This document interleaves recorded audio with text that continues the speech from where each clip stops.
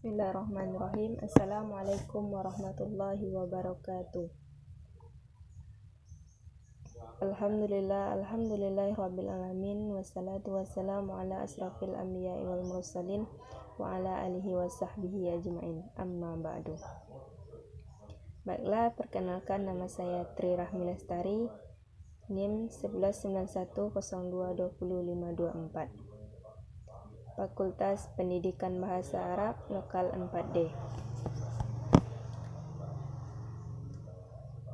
Baiklah, saya membuat video ini untuk mengikuti ujian tengah semester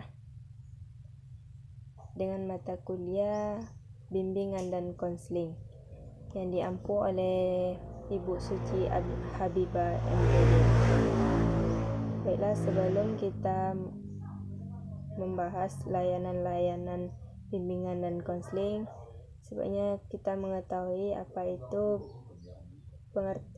itu pengertian bimbingan dan konseling, yaitu menurut pandangan kita, layanan adalah suatu tindakan sukarela dari satu pihak ke pihak lain dengan tujuan hanya sekedar membantu atau adanya permintaan kepada pihak lain untuk memenuhi kebutuhannya. Jadi dapat kita simpulkan, pengertian layanan bimbingan dan konseling adalah pelayanan yang diberikan oleh konselor berupa bantuan atau pertolongan serta kepada individu atau kelompok individu dalam menghindari atau mengatasi kesulitan di dalam hidupnya. Baiklah, kita akan membahas tentang layanan-layanan dalam bimbingan dan konseling. Yang pertama yaitu layanan orientasi. Layanan orientasi adalah layanan bimbingan yang dilakukan untuk memperkenalkan siswa baru terhadap lingkungan yang baru dimasukinya dan koordinir oleh guru pembimbing dengan bantuan semua guru kepada wali kelas. Yang kedua yaitu layanan informasi. Layanan informasi adalah kegiatan bimbingan dan konseling yang mampu mencakup kegiatan lainnya.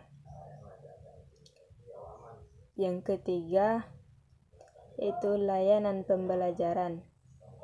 Layanan pembelajaran merupakan layanan yang memungkinkan peserta didik mengembangkan sikap dan kebiasaan belajar yang baik dalam menguasai materi belajar.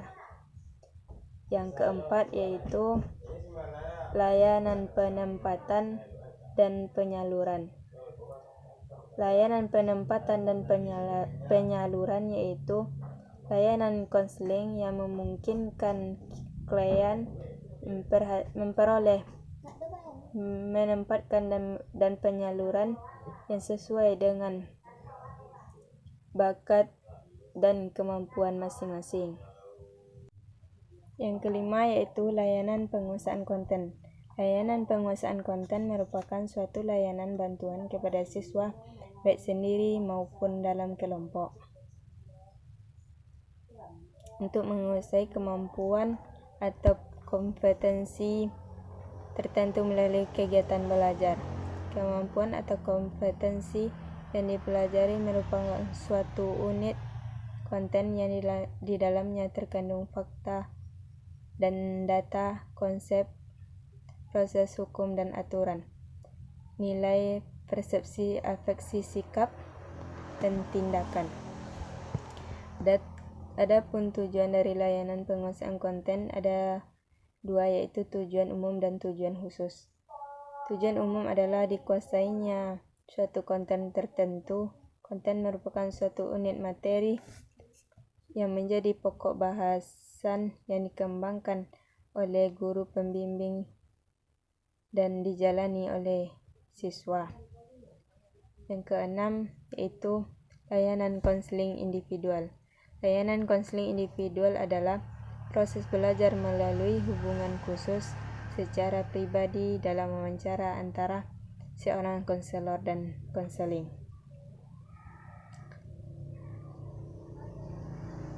Mengalami kesukaran pribadi yang tidak dapat dipecahkan sendiri, kemudian ia meminta bantuan konselor sebagai petugas yang profesional dalam jabatannya dengan mengetahui dan keterampilannya psikologi. Tujuan umum konseling individu adalah membantu klien menstrukturkan kembali masalahnya dan menyadari lifestyle secara mengurangi penilaian negatif terhadap dirinya sendiri serta perasaan-perasaan inferioritasnya. Yang ketujuh yaitu layanan bimbingan konseling. Yang ketujuh yaitu layanan bimbingan kelompok. Layanan bimbingan kelompok adalah suatu layanan bimbingan yang diberikan kepada siswa secara bersama-sama. Layanan bimbingan kelompok merupakan sebuah layanan bimbingan konseling yang bertujuan untuk membentuk pribadi individu yang dapat hidup secara harmonis, dinamis, produktif, kreatif, dan mampu menyesuaikan diri dengan lingkungannya secara optimal. Yang kedelapan yaitu layanan konseling kelompok. Layanan kelompok merupakan upaya bantuan kepada siswa dalam memberikan kemudahan dalam perkembangan dan pertumbuhannya. Tujuan layanan konseling kelompok menurut Brown, ketika pemimpin sepenuhnya memenuhi tujuan dari kelompok, lebih mudah baginya untuk memutuskan hal-hal seperti ukuran, keanggotaan, panjang sesi, dan jumlah sesi dalam kelompok. Dalam konseling kelompok, konseli juga dapat berlatih untuk dapat menerima diri sendiri dan orang lain dengan apa adanya, serta meningkatkan kepercayaan diri dan kepercayaan kepada orang lain, serta meningkatkan pikirannya. Yang kesembilan yaitu layanan konsul. Menjelaskan bahwa konsultasi atau consultation yaitu segala usaha memberikan asistensi kepada seluruh anggota staf pendidikan di sekolah dan kepada orang tua siswa. Pengertian konsultasi dalam program bimbingan dan konseling adalah sebagai suatu proses penyediaan bantuan teknis dan untuk konselor, orang tua, administrator, dan konselor lainnya dalam mengidentifikasi dan memperbaiki masalah yang membatasi efektivitas siswa atau sekolah. Konseling atau psikoterapi sebab konsultasi tidak merupakan layanan yang langsung ditujukan kepada klien, tetapi secara tidak langsung melayani klien melalui bantuan yang diberikan orang lain. Yang ke-10 yaitu layanan mediasi. Layanan mediasi yakni layanan konseling. Yang ke-10 yaitu layanan meditasi. Layanan mediasi yakni layanan konseling yang memungkinkan permasalahan atau perselisihan yang dialami klien atau pihak lain dapat direntasikan dengan konselor sebagai mediator. Menyatakan bahwa layanan mediasi pada umumnya bertujuan agar tercapai kondisi hubungan yang positif dan kondusif di antara para klien, yaitu pihak-pihak yang berselisih. Kondisi awal yang negatif dan eksplosif di antara kedua belah pihak atau lebih diarahkan dan dibina oleh konselor sedemikian rupa sehingga berupa menjadi kondisi yang diinginkan bersama. Sedangkan tujuan khusus mediasi difokuskan kepada perubahan atas kondisi awal menjadi kondisi baru dalam hubungan antara pihak yang bermasalah. Yang kedua yaitu layanan pendukung.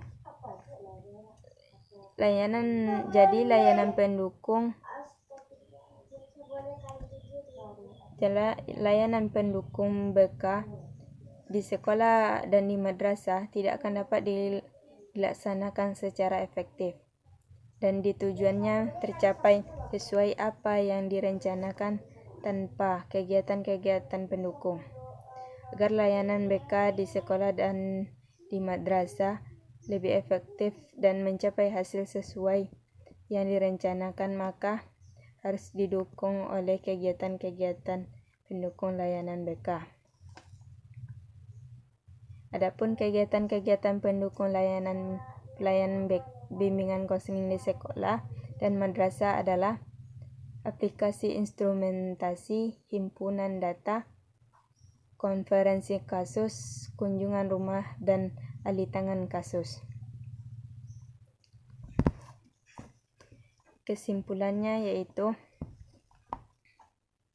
pengertian layanan bimbingan dan konseling adalah pelayanan yang diberikan oleh konselor berupa bantuan atau pertolongan serta pengarahan kepada individu atau kelompok dalam menghindari atau mengatasi kesulitan di dalam hidupnya.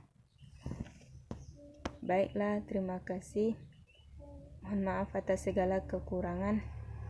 Wabillahi taufiq wal hidayah. Assalamualaikum warahmatullahi wabarakatuh.